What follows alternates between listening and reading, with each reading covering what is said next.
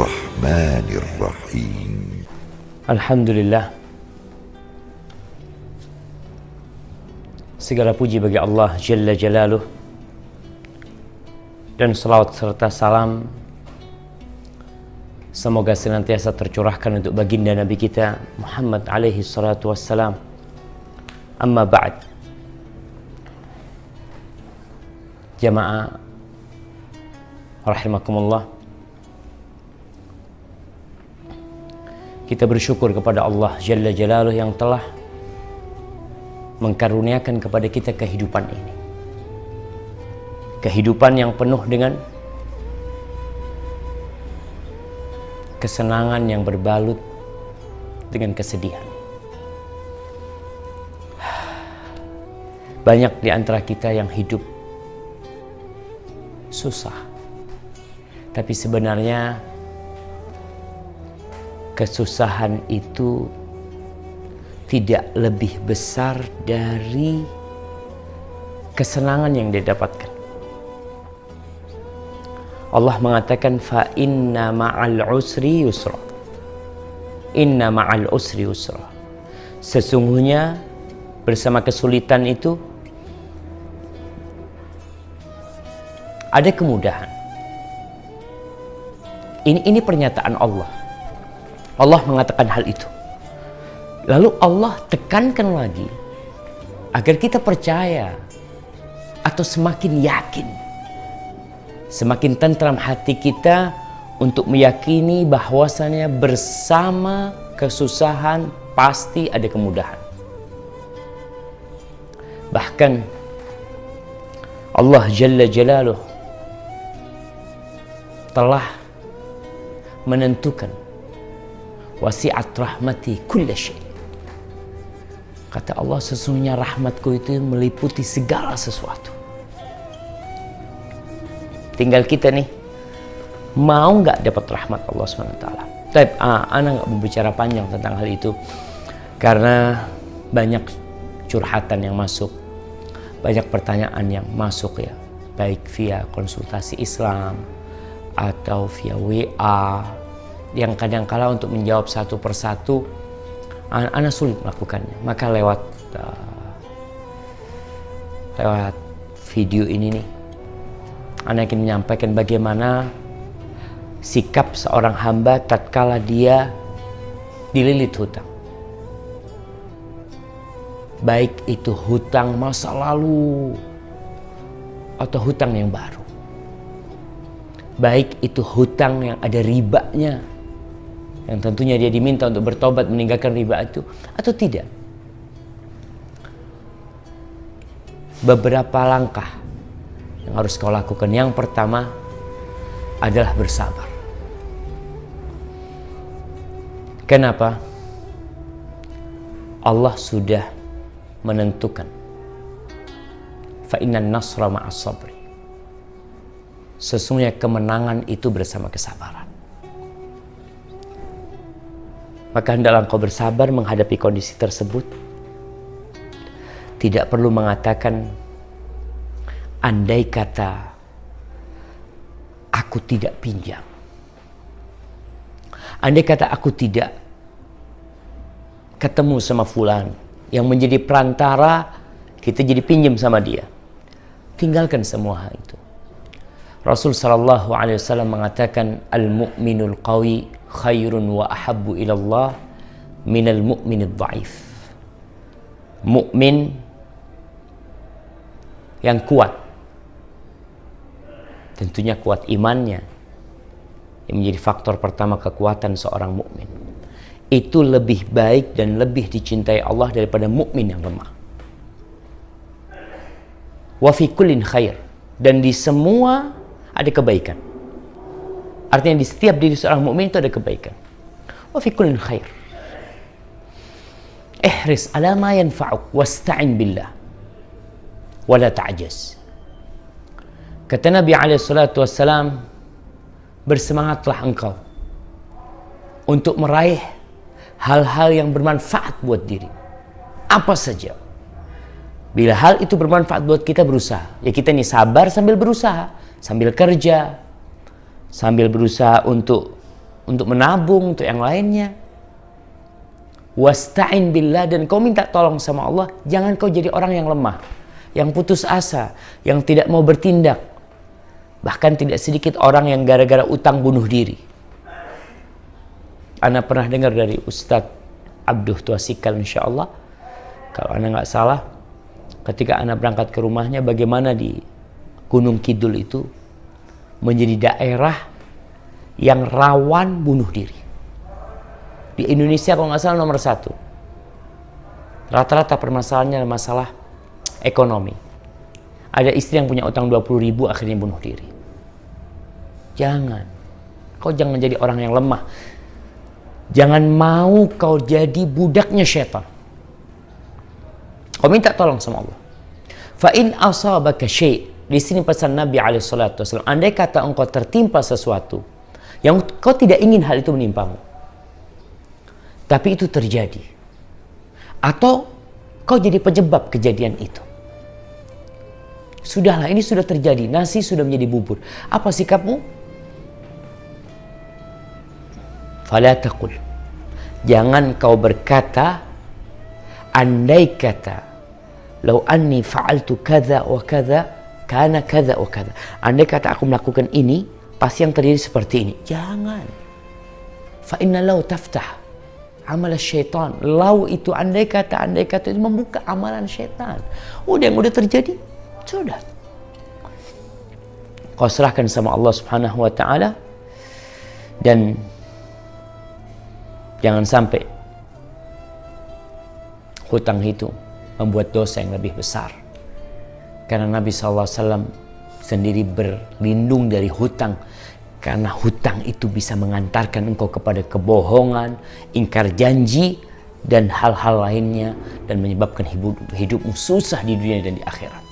Kau tahu, orang yang mati syahid diampuni semua dosanya. Kecuali satu hutang. Ya udah, kau udah harus berusaha untuk bersabar dan berusaha kerja, cari kerjaan. Hal kedua, kurangin kebutuhanmu. Kau kalau punya utang, kurangin kebutuhanmu. Kau punya HP, oh HP ku harganya 2 juta, jual. Beli yang 1 juta, 1 juta buat bayar utang. Makan, oke aku punya utang, udah aku puasa. Puasa, nggak masalah, minta keluarga puasa. Ini abah punya utang nih. Jangan sampai punya utang tapi hidup bermewahan. Punya utang merasa ya udah memang nggak bisa bayar. Oke, kau nggak bisa bayar, kau bersabar, kau ada usaha. Salah satu usaha adalah mengurangi kebutuhanmu. Jangan kau meremehkan utang. Umpamanya sebulan tuh kau punya pemasukan 2 juta, utangmu 100 juta, ya udah. Dari 2 juta itu kurangin apa? Listrik, lampu, beli yang kecil, TV matikan, nggak usah nonton TV untuk sementara.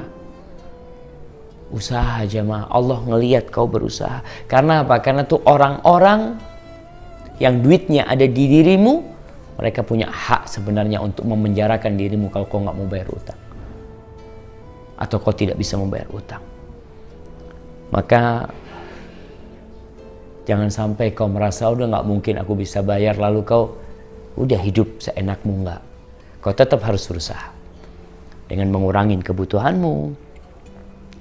Dan jangan cuma cari satu jalan keluar. Cari banyak jalan keluar. Yang ketiga, kau harus datang ke orang-orang yang punya duit. Yang duitnya ada di dirimu tuh.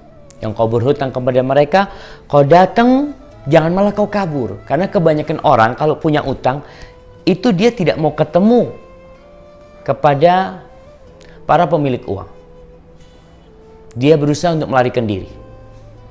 Ketika datang tuh orang nagih, datang ke rumahnya, kita ngomong, katakan abah nggak ada. Tahu fulan datang, keluar dari pintu belakang. Itu sebagai tanda kau sudah nggak mau bayar utang. Jangan, kau seharusnya datengin mereka sebelum mereka mendatangi engkau.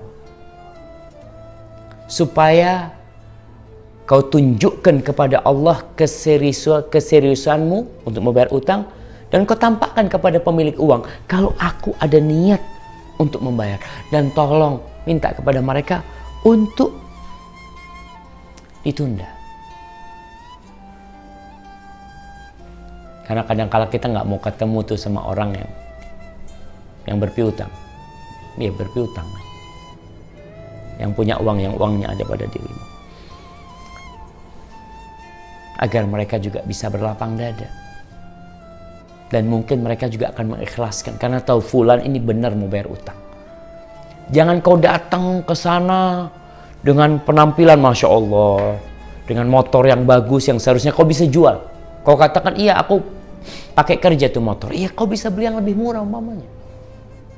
Sehingga pemilik uang itu lihat kau benar-benar nggak mampu. Jangan sampai nih ada orang yang ditagih utangnya malah dia marah. Aku tidak akan bayar.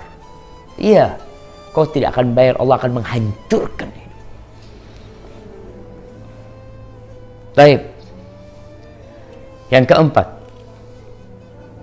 engkau perbaiki hubunganmu dengan Allah.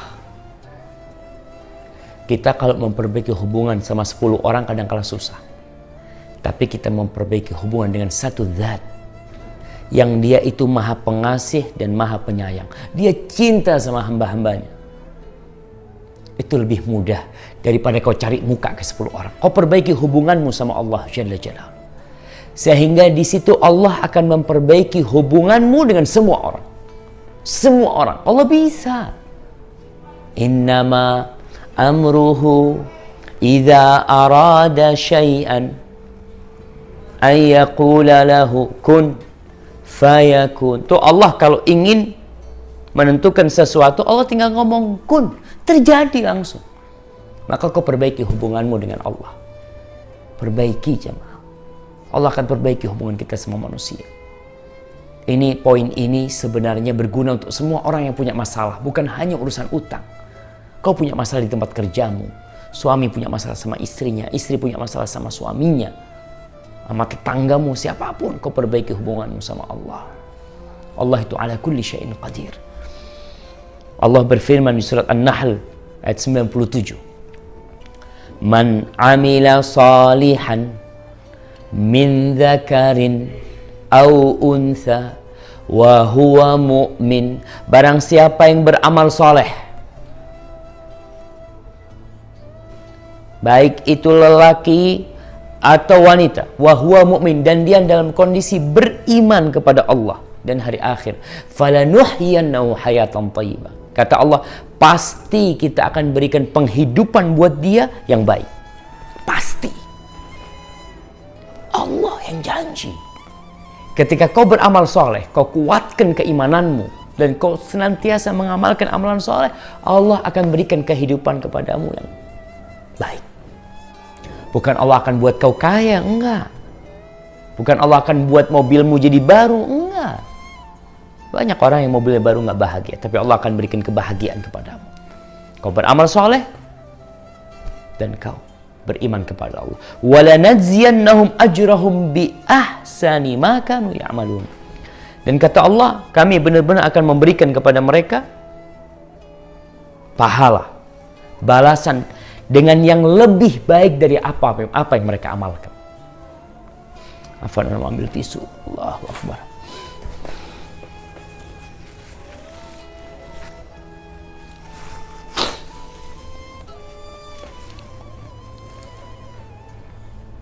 Allah akan kasih kita balasan yang lebih baik daripada amalan kita. Artinya kalau kita beramal, mungkin kita pantas digaji 10.000. Pekerjaan kita pantas digaji 15.000. Pekerjaan kita sebulan pantas digaji umpamanya 5 juta. Allah akan kasih lebih baik dari itu. Dan di surat At-Talaq ayat 2 dan 3 Allah katakan, "Waman yattaqillah yaj'al lahu makhrajan."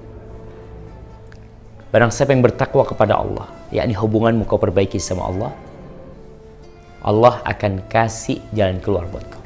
Wa yarzuqhu min haitsu la yahtasib, dan Allah akan kasih kau rezeki dari arah yang tidak kau sangka-sangka. Kita ini punya pemasukan jelas. Kerjaan kita gajinya 3 juta per bulan. Ana punya utang 100 juta. Engkau berpikir sampai kapan Ana bayar? Kalau 3 juta itu Ana berikan saja, butuh waktu berapa bulan? 10 bulan 30 juta. Nah, berapa bulan jadi? 30 bulan lebih. Iya, 30 bulan kira-kira. Kau makan apa? Tapi kalau kau bertakwa kepada Allah, Allah akan kasih rizki dari arah yang tidak disangka-sangka. Artinya duit itu datang, rizki itu datang. Kau nggak nyangka, kok bisa duit ini datang? Allah Jalla Jalaluhu. Wa man yattaqillaha yaj'al lahu makhrajan wa yarzuqhu min haitsu la yahtasib. Wa man yatawakkal 'ala Allah fahuwa hasbuh. Barang siapa bertawakal kepada Allah, maka Allah akan mencukupi. Dia berserah, diingat tawakal ini adalah percaya dan menyerahkan semuanya kepada Allah. Kita kadang-kadang masih bergantung sama fulan. Oh, kayaknya fulan bantuin ana, kayaknya fulan mungkin fulan. Kau tinggalkan itu semua, kau gantung hatimu kepada Allah dengan penuh keyakinan. Apa yang akan terjadi? Fahuwa hasbuh. Allah akan cukupi. Allah akan cukupi. Kau tahu kisahnya Nabi Ayub alaihissalam, kehilangan semua hartanya, kehilangan semua anaknya, Allah ganti buat dia. Tawakkal Allah. Innallaha balighu amrihi qad ja'alallahu likulli syai'in qadar. Allah itu pasti menyampaikan apa yang sudah dia tentukan. Urusan Allah sudah Allah selesaikan semuanya. Allah telah menentukan ketentuan-ketentuan itu untuk segala sesuatu. Maka kau tinggal perbaiki hubunganmu sama Allah supaya Allah berpihak sama kau.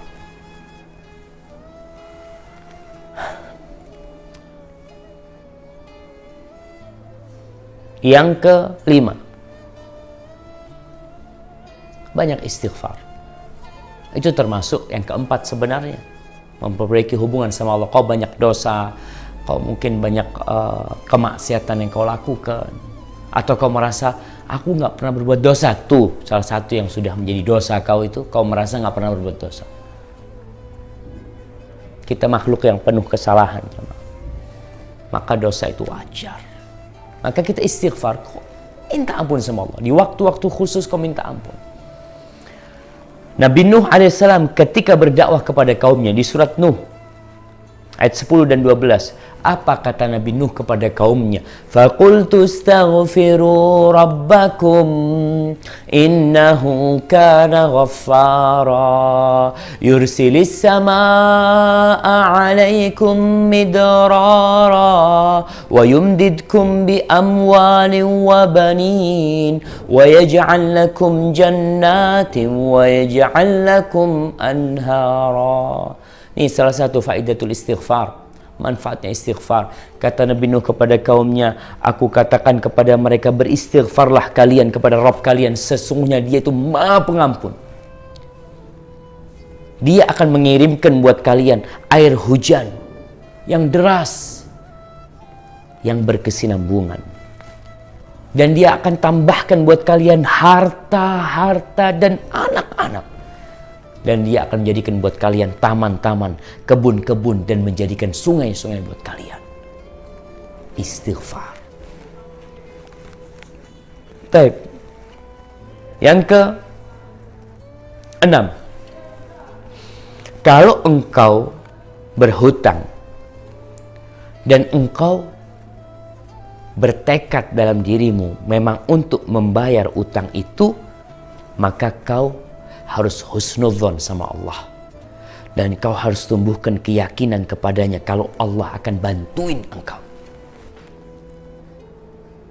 Tuh buat orang yang ketika pinjam duit, dia niat, dia butuh duit itu ketika berhutang dan dia berazam untuk membayarnya. Diriwayatkan oleh Imam Bukhari dari Nabi SAW. Beliau bersabda, man akhadha amwalan nas yuridu ada'aha adallah an. Barang siapa yang ambil uangnya orang dan dia niat untuk mengembalikannya, membayarnya, Allah akan bayarin buat dia. Tapi kalau kau niatnya nggak mau bayar, maka nggak akan Allah bayarin. Awal kau pinjam itu menuntut kau bertobat karena kau niat tidak bayar. Tapi kalau kau niat bayar, dari awal kau pinjam ada niat mau bayar, bukan gampang-gampangin insya Allah fulan nggak nggak bayar pun nggak apa-apa. Kau niat nggak bayar kalau gitu, maka Allah akan bayarin. Adallah. Dan Nabi SAW bersabda dalam hadis yang lainnya mengatakan, Inna Allah ma'adda'in hatta yaqdiya dainahu ma lam yakun fima yakrahullah. Allah itu akan bersama orang yang berhutang sampai dia lunasin, sampai Allah lunasin utangnya itu, sampai dia juga melunasin utangnya selama dia itu tidak berhutang untuk hal yang dilarang sama Allah, dibenci sama Allah.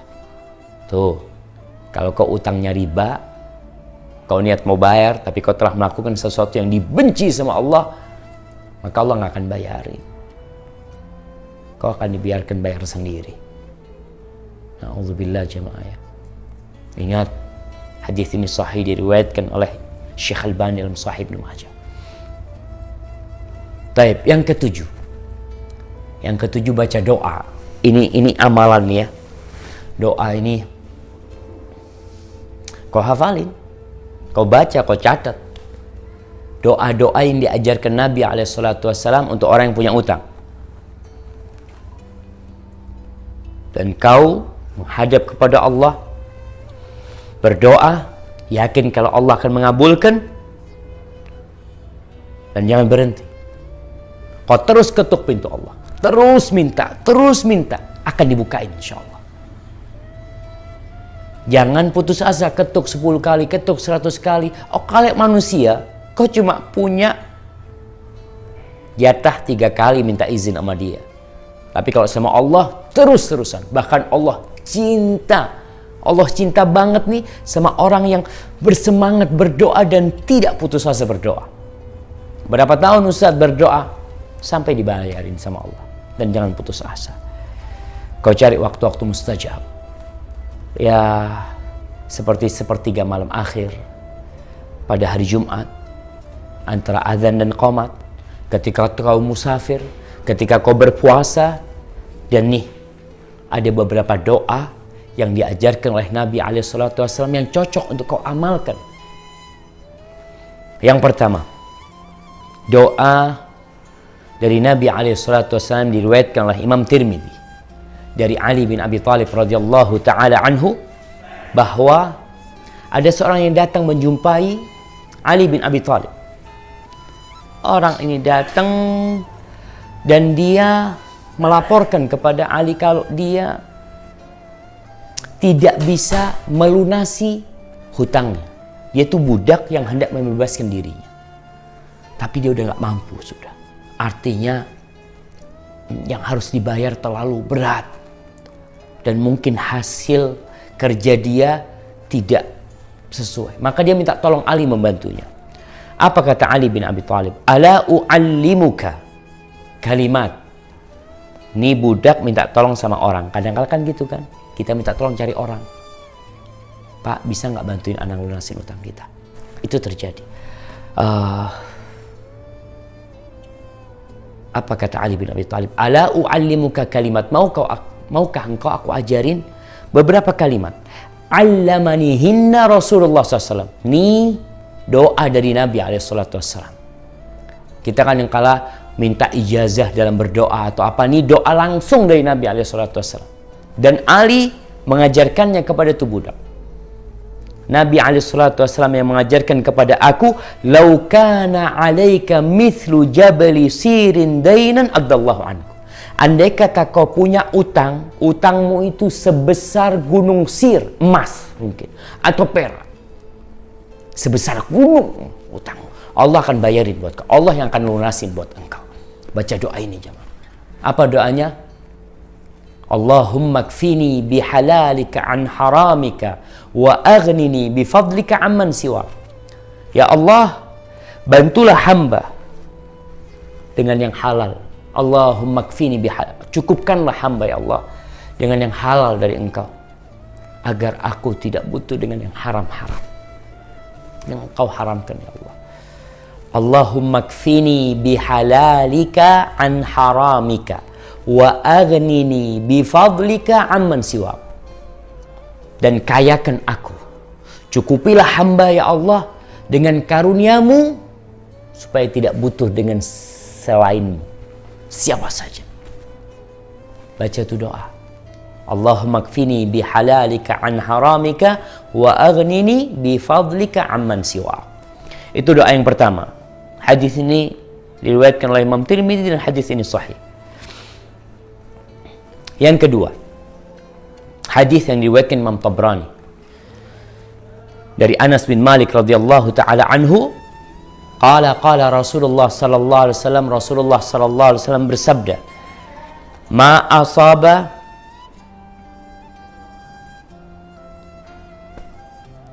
afwan, ana baca hadis yang selanjutnya.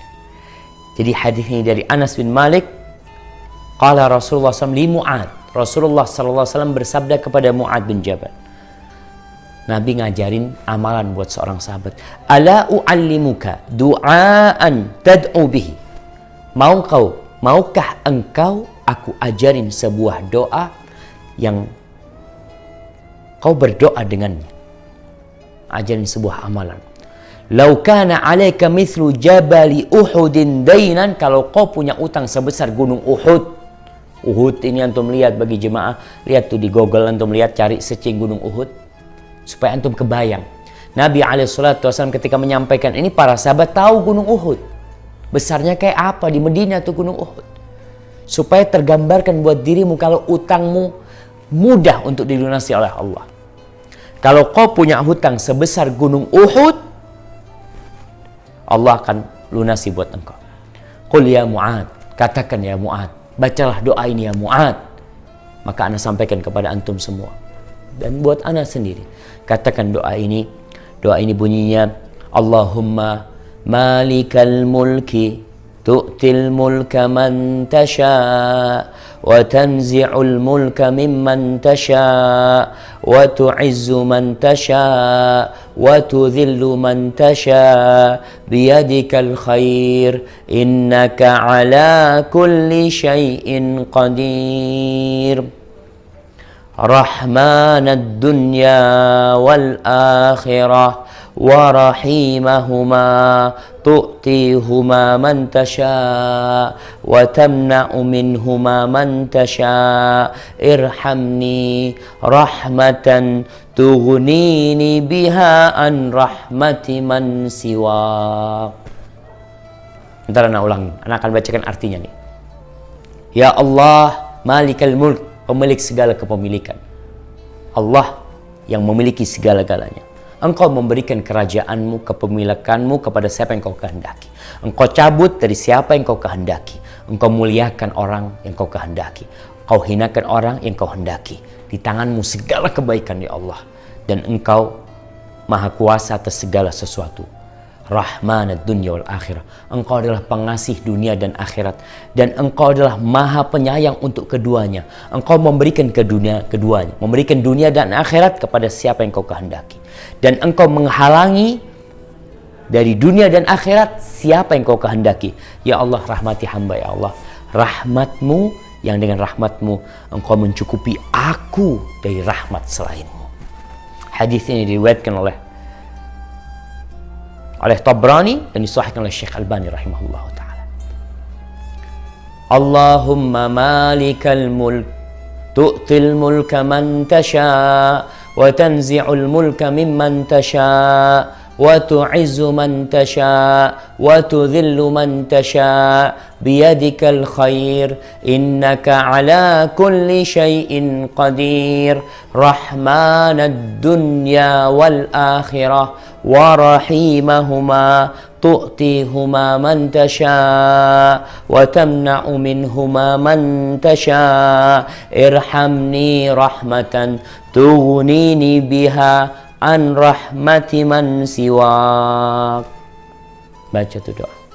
Dan masih banyak doa-doa yang lainnya, tapi yang jelas tuh beberapa langkah agar engkau bisa membayar hutangmu, melunasi hutangmu. Kita mulai dari yang pertama. Anda ingatkan yang pertama apa? Bersabar. Yang kedua, bersabar sama berusaha. Yang kedua, mengurangin kebutuhanmu, pengeluaranmu dikurangin. Kau sisihkan sebagian untuk membayar hutang ya. Yang ketiga, kau jangan melarikan diri, tapi kau datangin orang-orang yang punya uang itu yang uangnya ada di dirimu, kau minta maaf sama mereka, minta ditangguhkan. Yang keempat, kau perbaiki hubunganmu sama Allah Subhanahu wa taala. Yang kelima, kau banyak istighfar. Yang keenam, kalau kau waktu utang memang niat mau bayar, kau harus husnudzon sama Allah. Allah akan bayarin hutangmu insyaallah. Dan yang ketujuh, baca doa. Mungkin itu yang bisa Anda sampaikan, semoga bermanfaat. Barakallahu fikum.